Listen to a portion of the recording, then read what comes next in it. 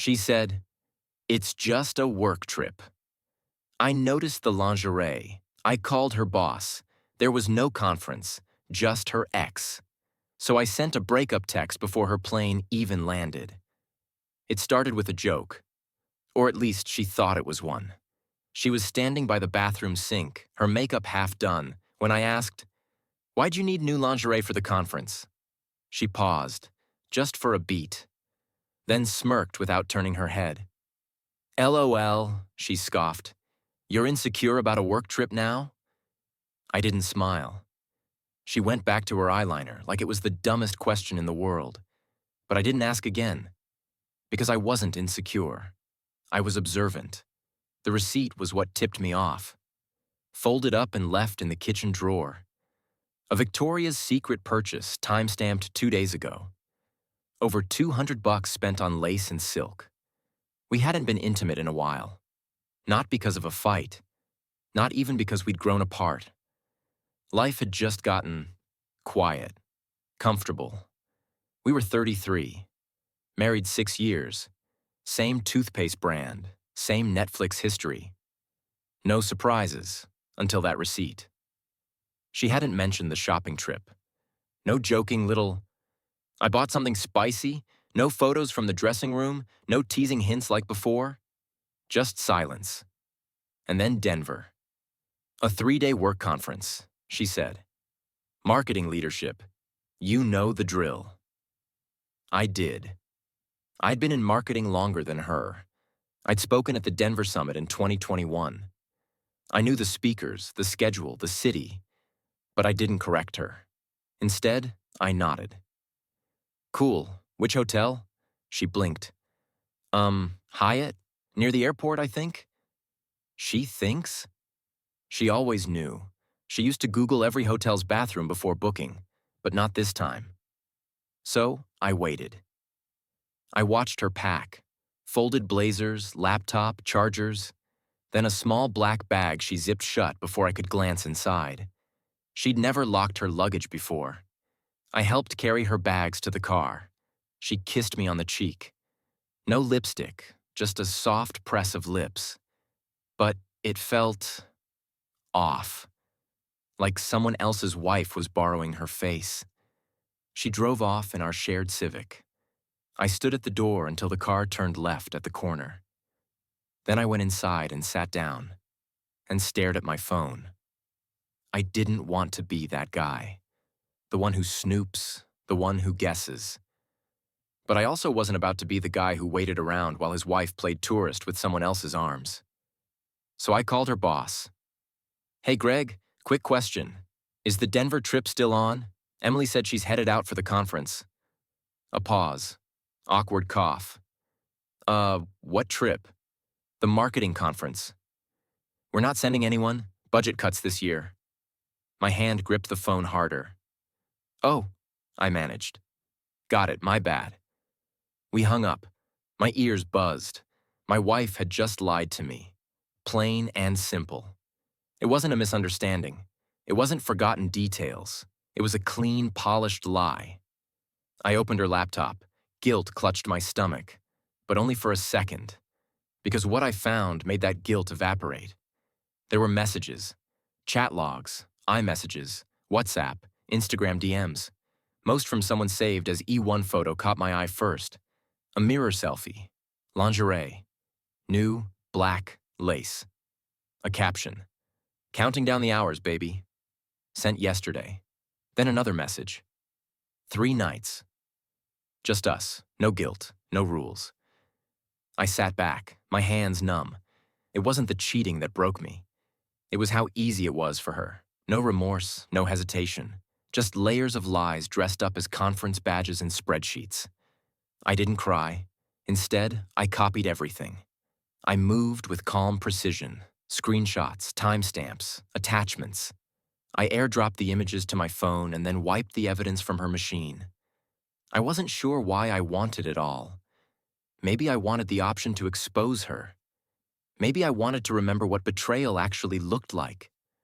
Not screaming or slam doors, just casual lingerie receipts and click emoji hearts under someone else's photos. I looked him up. Ethan. He was engaged. I found his fiancée through tagged pictures on his Instagram. A woman named Rachel, kindergarten teacher. Their wedding was in 5 days. Perfect. I opened a new message, typed in Rachel's handle, then stopped. Not yet. Not until Emily landed. Let her enjoy her conference. Let her lie one more time, just one more. I turned off the lights, made dinner for one, pasta, poured wine. When she called that night, I didn't answer. She left a voicemail. Landed safe, long day, love you. I listened to it twice. Her voice used to make me smile. Now it made my chest ache. I deleted the voicemail. Then I pulled up Rachel's profile and pressed send. I didn't sleep much that night. Not because I was devastated, but because I was alert. Every sound outside made me sit up. Every car that passed made me glance toward the driveway, half expecting her to come back early, find me awake, and demand to know what I'd done. But she didn't. She was in Denver, or rather in a Denver hotel, with him. At 3:41 a.m., her Instagram story went live. A glass of wine, a blurry skyline. Room with a view. I took a screenshot. It wasn't the Hyatt. I zoomed in. The buildings were downtown, not near the airport like she claimed. I cross-referenced it with Google Images. The view matched the Crawford Hotel. 5-star, romantic. She wasn't even trying to hide it. Not really. That morning I made coffee, sat on the porch, checked Rachel's profile, seen, no reply. But she'd seen the pictures, the messages, the captions. Good. I didn't want an apology. I wanted understanding. Not just mine, hers too. Let her realize that her groom wasn't the man she thought he was. Let her walk into her wedding carrying the truth like broken glass in her shoe. At 10:17 a.m., my phone rang. Unknown number. I let it ring out. Then it rang again. Voicemail. I listened. Hi, this is Cynthia Lawson, attorney representing Emily Jackson. She's requested that all communications between you and her be redirected to me moving forward. Please contact me regarding the terms of a peaceful separation. Thank you, I laughed. Loudly, not angrily, not bitterly. Just amused. She thought she had the upper hand. She thought hiring a lawyer would throw me off balance, that I'd flinch, panic, and play nice. She didn't know me at all. I opened my laptop, logged into our shared accounts, the mortgage, the utilities, the car payments, all under my name. Her credit cards, linked to my business account, joint checking. I removed her access. She had her own cards, sure, but they were low limit, barely enough to cover gas and groceries. Her rent from the Denver hotel? Oh, I made sure that went through. But once she checked out, nothing. I wasn't being cruel. I was being clean, calculated. She wanted divorce? She could have it. She just wouldn't get the luxury of convenience. That evening, her attorney called again. I didn't pick up. 5 missed calls, then 10, then 27. By morning, it was 99. I stared at the number, still not saved in my phone. I knew what was happening on the other side. Emily had returned to the airport, swiped her card for a cab, declined, tried to get coffee, declined, opened her phone, pulled up banking apps, locked out. Her hands shook. She called her lawyer, panicked, told her something was wrong, and Cynthia, poor Cynthia Qley, tried to mediate, but I wasn't playing her game. At 11:03 a.m., I received a text from Emily herself. The first direct message since her departure, all lowercase, no punctuation. What did you do?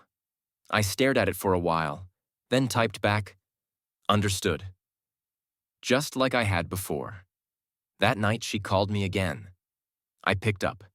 The silence lasted 10 seconds. Then, in a voice I'd almost forgotten, she said, "You embarrassed me." I didn't answer. She continued, her tone sharper now. "Do you know what you've done? You've ruined my life. Rachel canceled the wedding. Ethan's job is on the line. I don't even know where I'm sleeping tonight. And you think this is funny? Still, I stayed quiet. She shouted, cursed, cried, then whispered, I made a mistake. I almost laughed again, but I didn't. Instead, I said, no, you made choices. She sniffled. Please, can we talk? Just us? I paused, then asked, why lingerie, Emily? She didn't respond. You knew I'd find out. Somewhere deep down, you wanted me to. That's why you left the receipt. That's why you used the shared laptop. You wanted me to know. You just didn't want to deal with the consequences. Her breath caught. I continued. I'm not punishing you. I'm just done protecting you from yourself. She sobbed. Once, a quiet one. I don't want a lawyer anymore, she said. I do, I replied. Then I ended the call. By the time the third day rolled around, I felt lighter. It wasn't peace, not yet, but it was space. Space to breathe, space to think without second-guessing myself. I didn't regret a single move I made. Not the canceled cards, not the forwarded chats, not the silence, especially not the silence. Because it was doing more damage than shouting ever could. That morning, I checked our shared Google Calendar.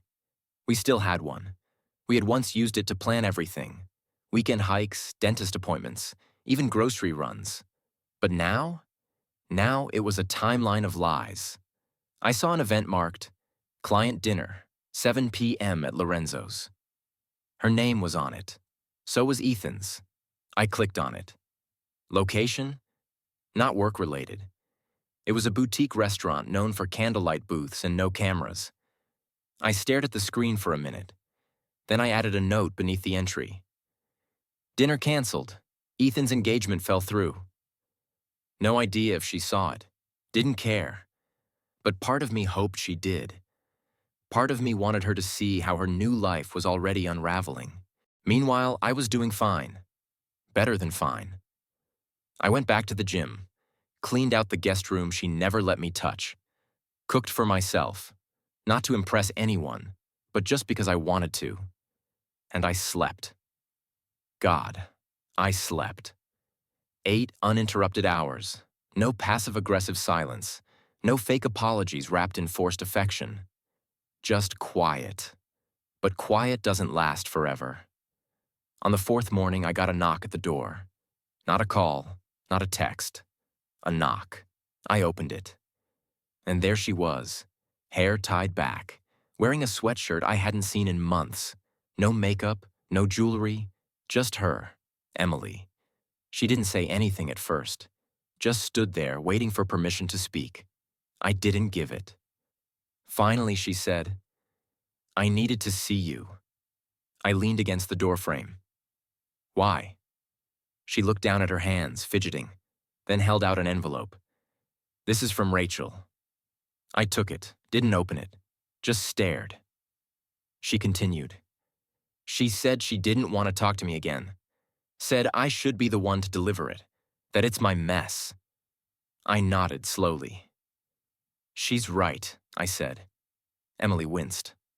I never thought it'd go this far, she said. I was confused. We were going through so much. And Ethan, he was familiar, safe. I raised an eyebrow. Safe? So you thought cheating was safer than honesty? No, she snapped. I didn't cheat. I didn't sleep with him. I smirked. Because the bride found out first? She swallowed hard. Tears welled up. I just needed closure, she whispered. There it was. That word again. Closure. The word people use when they're already halfway gone and looking for permission. I folded my arms. You got it? She nodded, barely. I don't want a divorce, she said. I do, I replied. The same words, like a script now. She blinked. This doesn't have to end like this. We were good once. I shook my head. We were pretending to be good. There's a difference. She stepped forward, tried to touch my hand. I moved it away. Please, she whispered. I'm not asking to come back. I just need to know you don't hate me. I looked her in the eye, calm, still. and said, "I don't hate you. I don't feel anything at all." She broke then, visibly, like a thread had finally snapped. She turned and walked away. Didn't even wait for a goodbye. I watched her go, not with bitterness, but with a strange kind of freedom, like finally stepping out of a room you didn't realize was shrinking around you. I closed the door, sat on the couch, and opened Rachel's envelope. Inside, one photo. The three of us, me, Rachel, Emily, at a summer BBQ 2 years ago. All smiles, happy. On the back, Rachel had written, "Thanks for showing me the truth, and for saving me before I made the same mistake." I placed the photo on the coffee table, and for the first time in weeks, I allowed myself to smile. Not out of victory, but relief. Because this wasn't revenge. This was recovery. 3 weeks later, the divorce papers arrived. No surprise, no warning either. Just a courier at the door, envelope in hand. I signed. No drama, no fight, just closure. The kind she never gave me, but I gave myself. Inside, there was a note from her lawyer. A small line, scribbled in black ink. Client requests amicable proceedings. No alimony. I stared at it for a moment. That was new. Maybe guilt, maybe fear, or maybe, just maybe, she realized I wasn't the one to play games with. I never replied, never needed to. Some endings are cleaner when left untouched. That weekend, I took a drive. No GPS, no destination, just the road. The kind of drive where the silence feels like a conversation. Where every mile puts more distance between who you were and who you're becoming. Somewhere along the coast, I stopped at a small diner. Place was old. Faded blue booths, handwritten menu, smell of burnt coffee. The kind of place where people don't ask questions. I liked that. I ordered pancakes, sat by the window, watched the rain start to fall. Slow at first, then steady. Across the booth, a woman sat alone. Reading. Didn't look up once. Didn't notice me either. And I didn't want her to. Because for the first time in years, I wasn't looking to be seen. I was learning how to see myself again, and I liked what I saw. Later that night, I went home and packed a box. Old pictures, old memories, the framed wedding photo, into the box, the anniversary card she once wrote. Forever starts today? That too. I didn't burn them, didn't tear them up. I just placed them in storage. Because healing isn't about pretending it never happened. It's about remembering without reopening the wound. That's the part most people get wrong. They want to erase. I wanted to evolve. The following Monday, I got a text from Rachel. Just one sentence. Just found a new job, new city, new start. Thank you. I smiled. Because in a weird, tangled way, I had helped someone else dodge a bullet. Without even trying. Later that day, I got an email from my manager. Client opportunity, presentation lead, Tokyo office. It wasn't permanent, just 3 months, but it felt right. New air, new faces, no baggage. I said yes. Packed light, laptop, a couple of shirts, and a notebook. That night before I left, I stood in the middle of the living room. Our living room. Or what used to be. Looked around at the empty space. And for once, it didn't feel sad. It felt clean. Like a house that had finally been aired out. I locked the door behind me. Didn't look back. Because the story wasn't about what I left. It was about where I was heading. And as I boarded that plane, no text, no tears, no final phone calls, I realized something. Closure isn't something you wait for. It's something you choose. And peace? Peace isn't loud. It doesn't knock. It whispers. And if you're quiet enough, finally quiet, you hear it.